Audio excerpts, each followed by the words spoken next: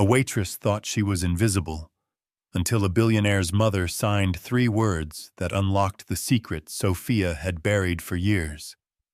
That moment pulled her into a world of stolen code, billion-dollar mergers, and a choice that could either reclaim her name or destroy her life. Sofia Rivera moved like a shadow through the Artemis room, her black uniform blending with the velvet chairs and the hush of after-hours conversations. It was nearly midnight on the Upper East Side, but the chandeliers still scattered gold over the white linen, and the kitchen heat clung to her collar. She barely noticed anymore. Every night felt the same. Last call, final sweep, run the checks, keep the tips safe in her apron, and try not to let the exhaustion show. Most of the regulars saw right through her. Just another waitress, invisible until needed. She didn't mind. The less attention, the safer she felt. But tonight, the air had a different kind of charge. Sophia clocked it the moment the Vail reservation came in. 3 seats, window table, special dietary notes, followed by the kind of phone call that made even the maitre d' stand up straighter. She checked her hair in the mirrored elevator doors before gliding onto the floor, shoes whispering over polished wood. She'd learned how to spot high-profile guests, always with a bodyguard at their shoulder, always watching the exits.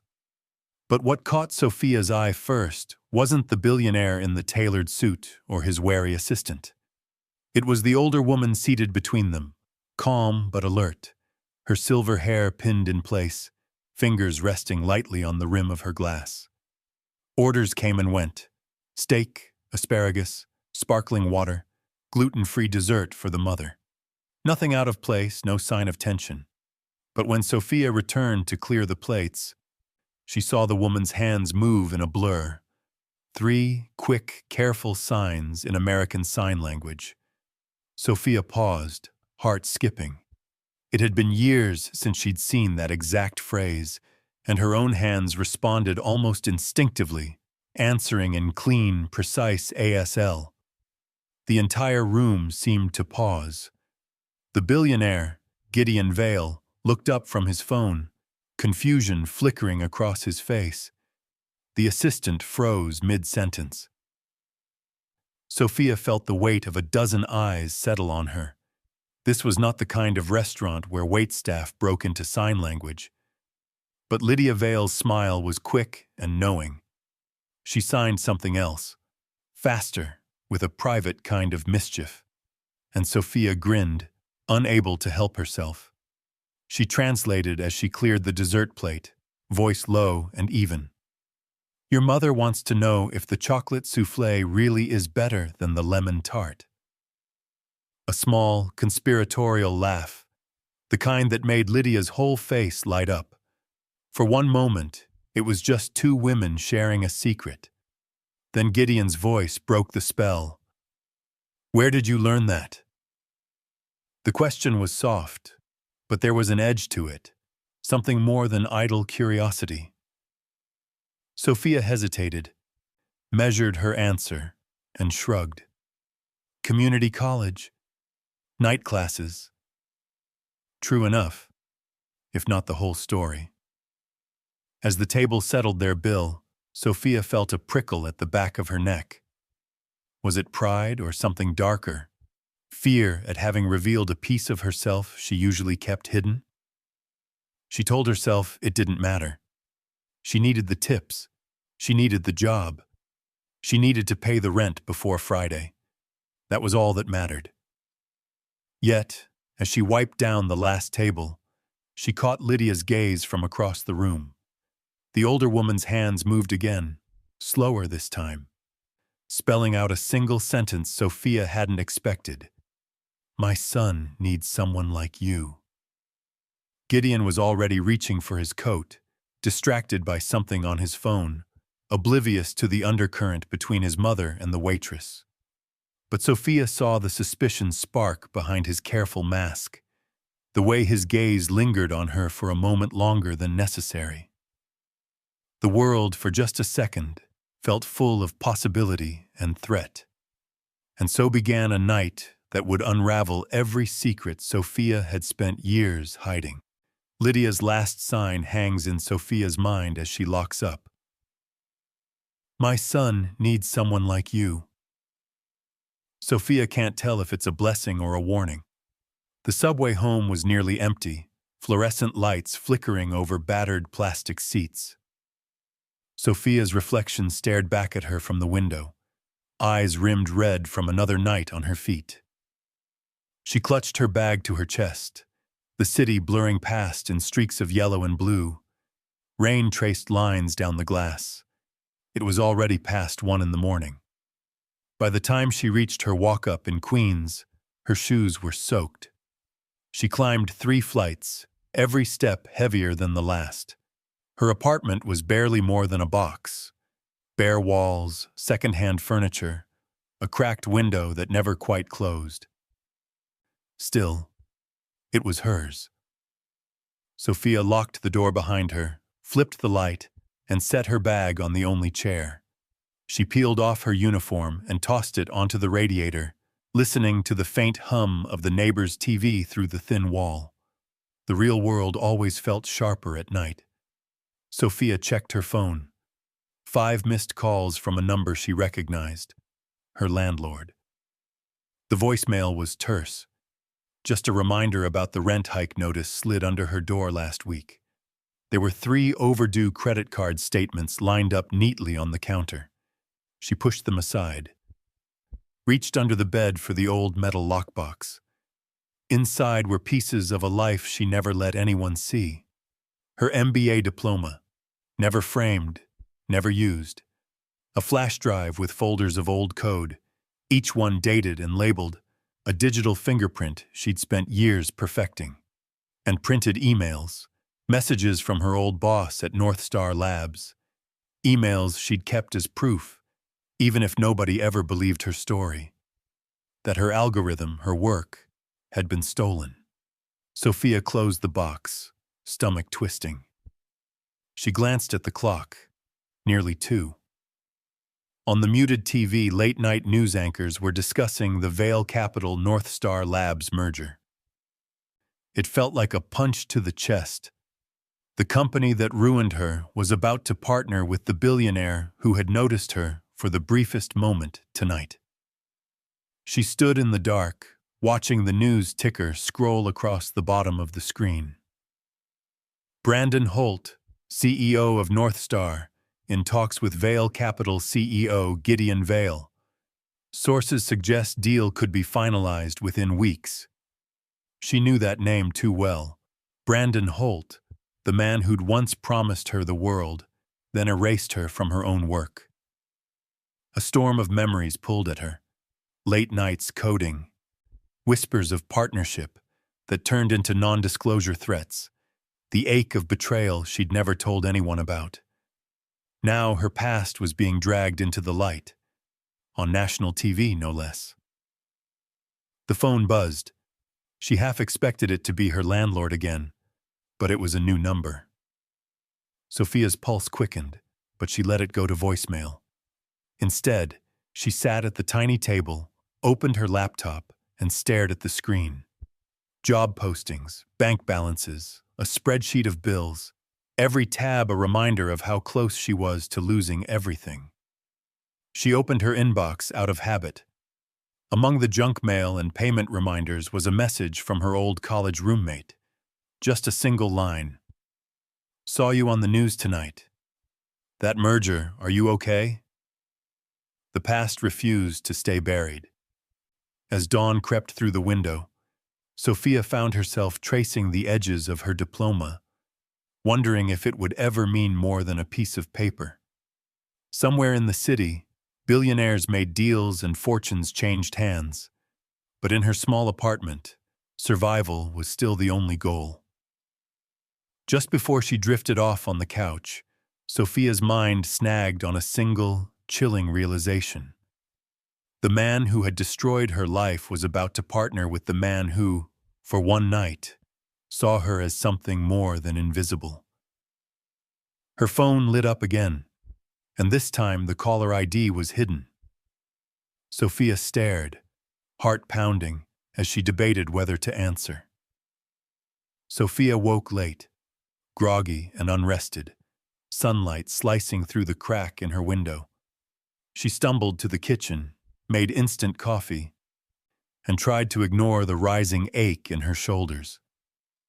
Rent was due in 3 days. Tips were down. The merger was all over the news.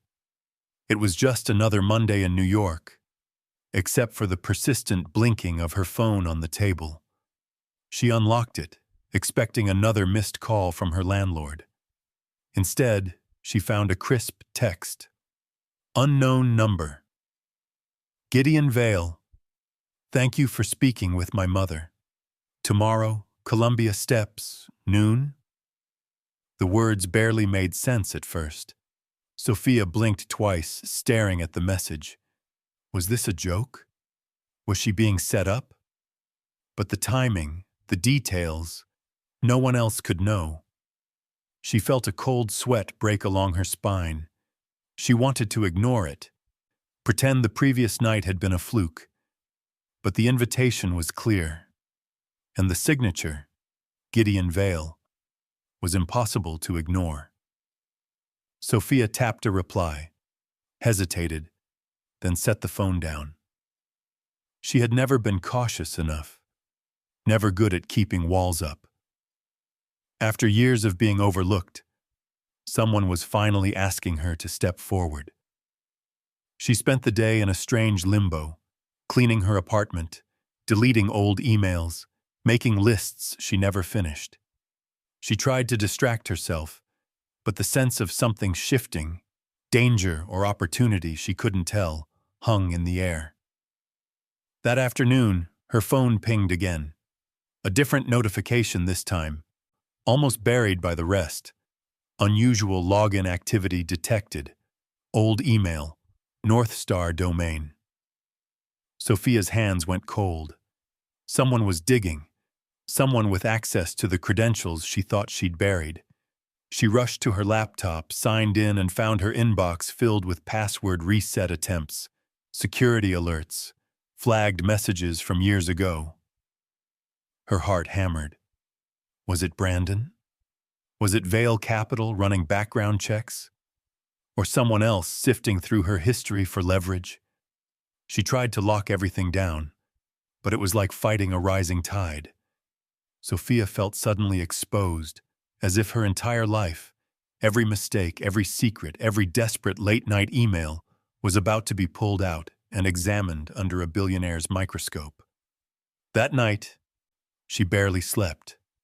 The city noises, sirens, trains, voices below merged into a constant background thrum. She replayed the conversation with Lydia over and over in her head. The way the older woman's hands had signed with such ease. The quick, private smile. My son needs someone like you. Sophia wondered if she'd ever get to ask Lydia why. What did the Vales want from her? Was this a test, a job offer, a setup for humiliation, or something far more complicated? By sunrise, she'd made up her mind. If they wanted her secrets, they'd have to ask her face to face. She pulled out her old code notebooks, organized her paperwork, and dressed with more care than usual. It felt a little like preparing for battle. The morning of the meeting, she stood at the curb, coffee cooling in her hand, watching the city swirl around her. Somewhere out there, powerful people were pulling strings, maybe to crush her, maybe to save her, or maybe just to see what she'd do. At exactly 11:57 a.m., her phone buzzed with a reminder. Columbia University, main steps, noon. She stepped off the curb and into the unknown, jaw set, eyes clear. It was too late to back out now. As Sophia crossed the quad, her old email pinged one last time. A single message, subject line blank, sender unknown. She hesitated, thumb hovering, then kept walking. Some truths, she decided, could wait until afternoon. Columbia's steps felt colder than Sophia remembered. She arrived early, blending in with the tide of students, clutching her notebook close to her chest, as if it might shield her from the city's chaos. Pigeons bobbed along the marble edges, the low buzz of campus life pressed at her from every side. It should have felt safe, but all she could think about was the unknown sender in her inbox, and the billionaire who wanted a second meeting. Gideon Vale arrived without ceremony. No bodyguards this time, just him, impossibly composed in his gray suit, scanning the crowd until he spotted Sophia. She expected him to lead, to take charge, but he only nodded and gestured to a bench beneath the statue. For a moment, the world shrank to a quieter place. But it was Lydia who changed everything. Sophia spotted her moving slowly up the steps, hands folded over her purse, eyes kind and sharp at once. Before anyone spoke, Lydia signed, "You studied at the Brooklyn Community Center, didn't you? We met there once." Sophia froze. The memory hit her, a long-ago night class, the quiet warmth of community, Lydia's unmistakable smile. She hadn't realized she'd been noticed. Gideon watched the exchange closely, trying to read the silent conversation, suspicion tightening his jaw. Sophia's answer came out before she could second-guess. "Yes, I remember you.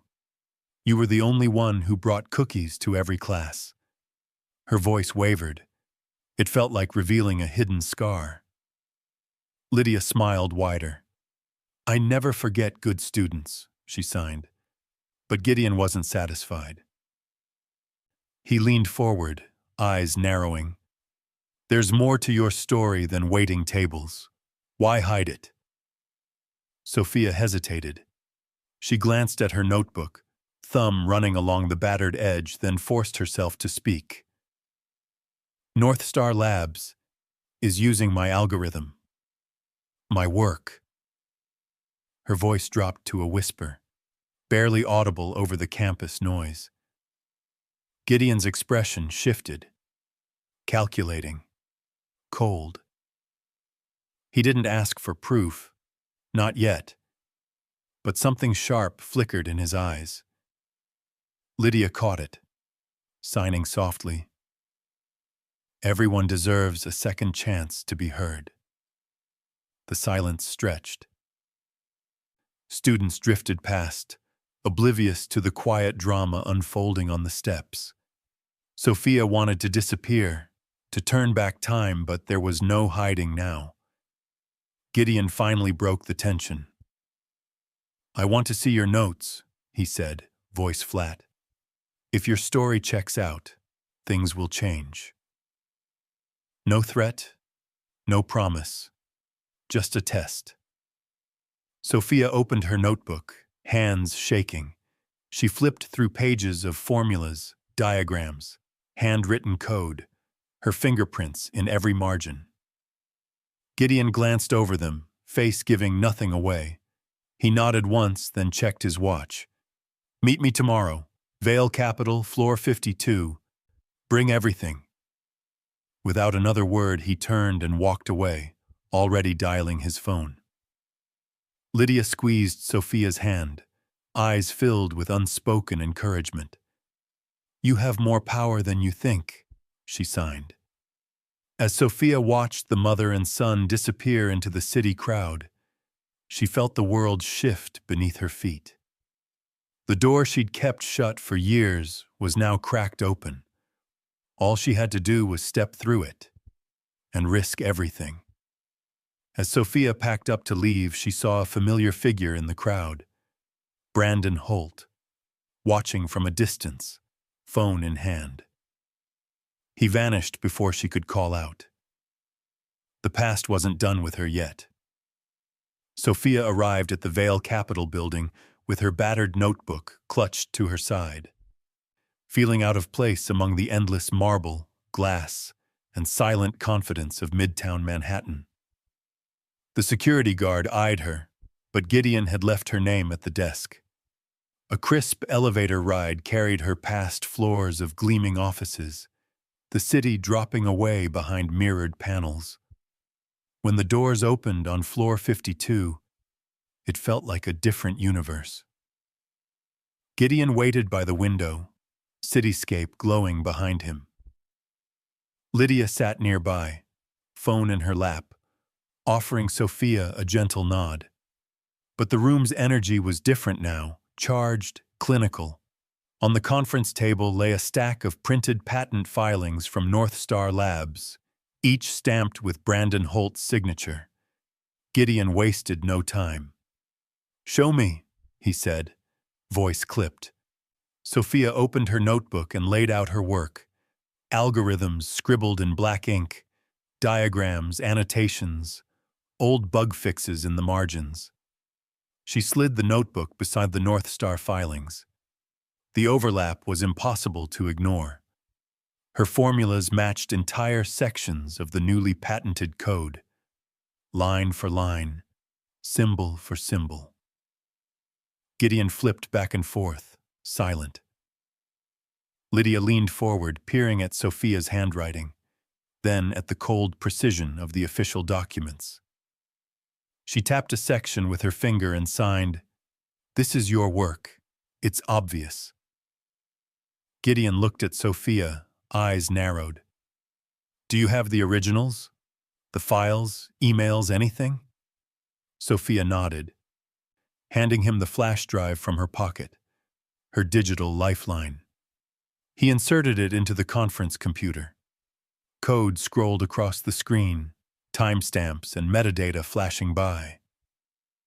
Lydia watched, tension in her jaw. In the silence, the city seemed impossibly far away. Suddenly, Gideon picked up his phone and dialed. "Put Brandon on speaker," he ordered his assistant. The call clicked through. Brandon's voice came on, smooth and practiced, but with a note of arrogance Sophia remembered all too well. "Gideon? Something urgent?" Brandon said, barely disguising his irritation. "I have someone here who claims North Star is using stolen code. Sophia Rivera. Ring any bells?" Gideon's words were calm, but the threat beneath them was clear. There was a pause, just long enough for Sophia to picture Brandon's calculating eyes on the other end. Then came the chilling response. "Sophia Rivera? Never heard of her." Gideon pressed. "Her work matches your patents, down to the last variable." Brandon laughed, cold and dismissive. "Coincidences happen, Gideon. Maybe your consultant's not as unique as she thinks." Sophia wanted to shout, but she bit her tongue. This wasn't her arena, at least not yet. She watched Gideon, searching for a flicker of belief or doubt, or anything at all. The call ended with a polite threat from Brandon about lawyers and baseless allegations. Silence flooded the conference room. Gideon set his phone down, gaze sharpening on Sophia. "We're not done. Not by a long shot." Lydia reached across the table, squeezing Sophia's hand in silent solidarity. Sophia realized she was trembling, not with fear, but with something fiercer. Vindication, maybe, or the first taste of justice. As she gathered her things, a wave of exhaustion hit, but underneath it was a new energy. For the first time in years, her story had been heard, and someone powerful wasn't walking away. As Sophia rode the elevator down, her phone buzzed. A new message from an unknown number. "You're playing with fire. Stop before you get burned." By sunrise, Sophia's nerves had settled into a sharp, simmering focus. She arrived at Vale Capital in a simple blazer, hair pulled back, ready for whatever came next. Gideon's assistant greeted her briskly and led her into a different conference room. This one filled with North Star's top legal counsel, a handful of stone-faced engineers, and at the head of the table, Brandon Holt himself. Sophia's heart thudded, but she refused to show it.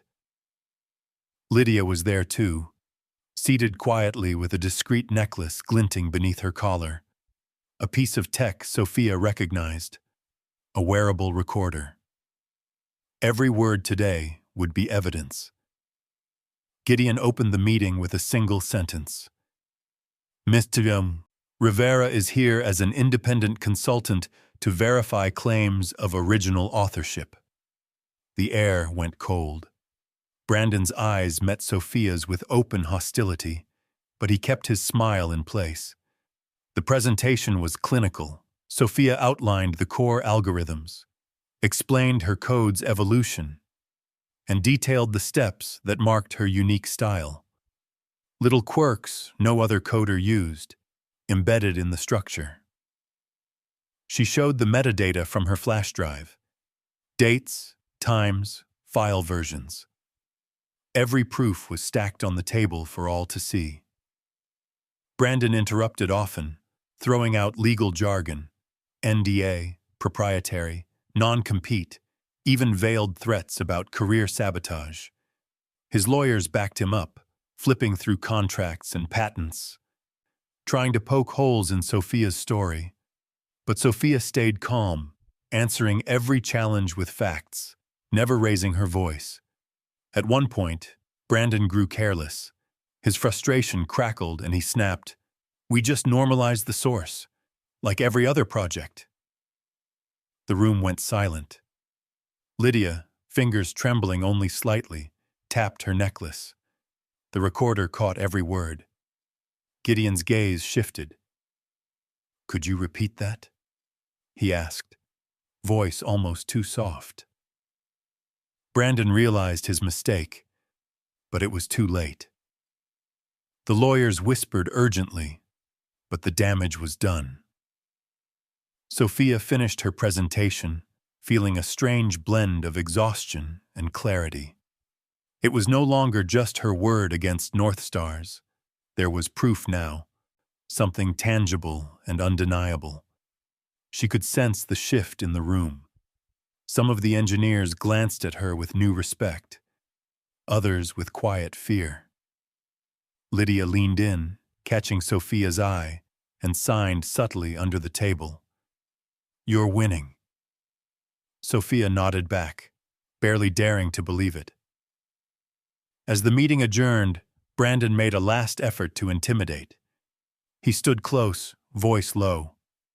"This won't end well for you, Sophia. Walk away while you can." But Gideon stepped between them, his voice steady and public. "She's not alone in this. We'll see where the facts lead." The legal teams filed out, murmuring to each other. Sophia was left standing in the quiet, heart still racing. Lydia squeezed her shoulder, whispering, "You did everything right." For the first time, Sophia felt something inside her loosen, a knot she'd carried for years. The truth was finally out in the open, and this time someone with real power had heard it. Later that evening, Sophia received an encrypted email, a single video file. She opened it, pulse racing. On screen was the clip of Brandon's slip, clear as day. Proof, at last, that could bring the whole house down. By morning, the city's news cycle buzzed with rumors about the Vail North Star deal. Sophia woke to headlines spinning online, speculation, half-truths, a few blog posts repeating her name without context. She barely had time to worry. Gideon called her in before breakfast, his voice grave. In the glass-walled conference room, the team gathered. Gideon had the metadata, Lydia's recording, and Sophia's annotated notebooks all lined up for review. This wasn't just an internal matter now. The evidence was damning, and the stakes were sky-high. Gideon's voice was steely. "We're presenting what we have to the board. They need to hear the truth before we go any further." He looked at Sophia. "You should be in the room. This is your fight." The boardroom was filled with tension. A dozen directors, lawyers, and, to Sophia's shock, Brandon Holt himself, all gathered around the massive table. Gideon laid out the facts, each piece of evidence placed like a chess move. Sophia felt her pulse thrum as Lydia's recording played, Brandon's careless admission echoing in the silent room. Sophia took a breath, then stepped forward. She explained how her code had been lifted, how she'd tracked its unique fingerprints in the patents, how the timelines all aligned. She showed the digital audit logs, code snippets, her original email chains. The case was airtight. Brandon tried to play it off. First dismissive, then defensive, voice rising. You're going to risk a multi-billion-dollar merger over one disgruntled former employee? Walk away now, Gideon, or North Star pulls out, and you lose everything. But Gideon didn't flinch. His voice was calm, almost gentle. Better to lose money than lose integrity. This deal is dead. Gasps around the table. A few directors protested, rattling off the potential stock drop, the hit to shareholder value. But Gideon was unmovable. We don't do business with thieves. We don't reward fraud. End of discussion. Brandon's mask finally cracked. His anger spilled out, a raw snarl of threats about lawsuits, blacklisting, press leaks. But no one in the room looked at him the same way anymore. As the meeting ended, Gideon turned to Sophia. You changed the outcome. I don't know what's next for the company, but you made the right call easy. Lydia gave Sophia a rare, beaming smile. In the hallway, Sophia felt the weight start to lift. She wasn't invisible anymore. Someone had believed her, stood beside her, even when it meant walking away from a fortune. As Sophia left the building, her phone vibrated with a news alert. North Star smears former employee in patent scandal. Her photo, her name, splashed across the front page, but the story was already changing. The fight was far from over. The news broke like a storm. North Star's PR machine fired first. Anonymous sources, doctored timelines, subtle digs at Sophia's past. Overnight, she became a target. Bloggers dredged up old college photos. Strangers filled her inbox with threats and accusations. Even neighbors started whispering. Sophia almost gave in to the urge to disappear. But Vail Capital's legal team was faster than she expected. They filed a motion to freeze North Star's IP assets, launching a counter-investigation. Reporters circled the block, snapping photos, shouting questions through her apartment's broken window. Lydia called daily, calm and steady. Hold the line. We have more allies than you think. It started online. An anonymous coder on a forum recognized Sophia's variable naming style and posted code comparisons. Others piled on. Digital forensics experts, university professors, even old rivals from hackathons. The fingerprint of her work was everywhere in North Star's patents. The internet took notice. Vail's lawyers shared the findings with the DA's office. The story turned fast. Lydia appeared on local news, signing her testimony in fluent ASL, telling the world about the waitress who took the time to listen, who fought for the truth when it would have been easier to walk away. It struck a chord. Community centers invited Sophia to speak. High school coders sent her messages of support. Her inbox filled with encouragement as quickly as it had filled with hate. A few days later, the DA announced a criminal investigation. North Star's offices were raided. Brandon Holt was subpoenaed, banned from leaving the country. The press turned their cameras on him now, hunting for any sign of remorse. Gideon's decision to kill the merger made headlines. His quote, "Better to lose money than lose integrity," went viral. Sophia still felt exposed, but she wasn't alone anymore. She walked the city's sidewalks with her head higher, returning every call, answering every reporter's question, even when it cost her sleep. Lydia met her for lunch, quietly proud. "You did what most wouldn't dare," she signed, "and you changed more than just your own fate." In the weeks that followed, the tide shifted. The narrative became bigger than a single lawsuit or patent. It was about who got credit, who got to speak, who was believed when the powerful tried to rewrite the story. Sophia found herself standing in front of classrooms, talking to young women about not backing down, even when the odds were stacked against them. Late one night, as Sophia checked her email, she found a message from an old teacher. "You gave us all a little more courage." The next morning, Sophia received a letter from the district attorney's office. Her presence was required in court. Brandon Holt's trial was about to begin, and she would finally get the chance to reclaim her name in front of the world. The courthouse was bigger and colder than Sophia expected. Reporters waited in clusters outside, cameras trained on the doors.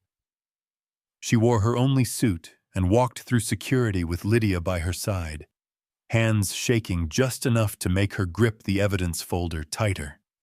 Inside, the air buzzed with tension. The DA's team greeted her with quiet nods. Gideon arrived minutes later. No tie today, sleeves rolled, expression determined. In the gallery, Sophia spotted several of the coders who'd backed her online. They lifted their phones, a silent show of support. The trial moved quickly. The prosecution led with metadata, code logs, the recording from Lydia's necklace. The pattern was undeniable. Sophia's digital fingerprints ran through every disputed patent. The DA made it simple. Brandon Holt had profited off someone else's genius, then tried to bury her. Brandon's defense tried to muddy the water. They questioned Sophia's credentials, pointed to gaps in her employment history, hinted at personal vendettas. Each time Sophia met their gaze, steady and clear. She explained her process, her education, the timeline of every version. The facts stood taller than the accusations. Lydia took the stand, signing her testimony while an interpreter translated for the court. Her words carried weight. She described how Sophia had listened, how her work ethic and honesty stood out from day one. Even the judge smiled at Lydia's dry wit, her refusal to let the defense twist the story. The verdict came faster than anyone expected. Brandon was found guilty of fraud, his assets frozen pending further investigation. As the bailiff led him away, he locked eyes with Sophia, not with hate, but the shock of someone finally being held accountable. Her name would be restored to every patent, every product launch, every article from that day on. Rivera Analytics became a headline. News outlets wanted interviews. STEM podcasts filled her inbox with invitations. But Sophia wanted something quieter. She wanted the truth to stick, not just for herself, but for everyone watching. The night after the verdict, Gideon invited her to his kitchen. No press, no boardroom, just 2 mugs of coffee and city lights outside the window. He slid a small velvet box across the table. "You taught me truth matters more than any deal. Maybe I can return the favor, help you build something that lasts." Sophia hesitated, heart thumping. "On one condition," she said. "Rivera Analytics stays independent, and we start a scholarship for students like me and for kids who sign." Gideon smiled, relief written across his face. "Deal." For the first time in years, Sophia let herself relax. She'd lost a lot, But she'd gotten something back no one could steal: her name, her work, and a future on her terms. As she left Gideon's apartment, her phone buzzed. A new message from the DA. "Press conference tomorrow. We want you front and center." The fight for recognition wasn't just hers anymore. Now it was a movement. The press conference was standing room only. Sophia stood behind the podium, Lydia and Gideon on either side, cameras flashing in bursts. The DA introduced her as a symbol, not just of resilience, but of what's possible when truth cuts through power. Sophia could barely believe the words were about her. She spoke plainly, her voice steady. She thanked the community that had rallied behind her, the coders and students who'd refused to let her work be erased, and the people who'd listened when it would have been easier to look away. "This isn't just my story," Sophia said. "It's about every person who's ever been silenced, every hand that reaches out to steady another when the world shakes." Rivera Analytics became more than a company. It was a promise. The first act, launching the Lydia Fund, an annual scholarship for ASL and STEM students. Kids who lived at the intersection Sophia once thought would hold her back forever. Applications flooded in, stories pouring from every corner of the country. Sophia read each one, searching for the spark she'd felt on those sleepless nights in her Queens apartment, believing in her code when nobody else did. The media coverage faded, but the impact stuck. Sophia was invited to panels, schools, and meetups. She met parents who learned ASL for their children, young engineers who carried their own scars and stories of being overlooked. Every handshake, every hug reminded her, justice isn't just about winning in court. It's about what you do after. It's about repairing the world, piece by piece, so someone else's path isn't so steep. Gideon became a trusted partner, but Sophia kept her independence. Their late-night talks, sometimes about business, sometimes about the city's skyline, were always honest, always real. With Lydia, she built a second family, not by blood, but by choice and by courage. On the anniversary of the trial, Sophia stood at the Brooklyn Community Center where she'd learned ASL years before. She watched students sign jokes and stories across the room, their laughter echoing. She realized that the real repair wasn't just about her stolen code or her name in the headlines. It was about making sure every voice, spoken or signed, had a place at the table. With me, this isn't just a story about a broken merger or stolen credit. It's proof that unconditional loyalty still exists, that one person's courage can ripple farther than they ever dreamed. If you have a hand that's always ready to steady yours when it shakes, take it. Hold it close. Give it back to someone else when their turn comes. Have you ever been misunderstood, but chose kindness anyway? Share your story in the comments. It might be the subtitles someone else needs today. And if you want more stories about reclaiming your name and finding your voice, subscribe and join us on the next journey. True value isn't measured in money, it's measured in how we make things right.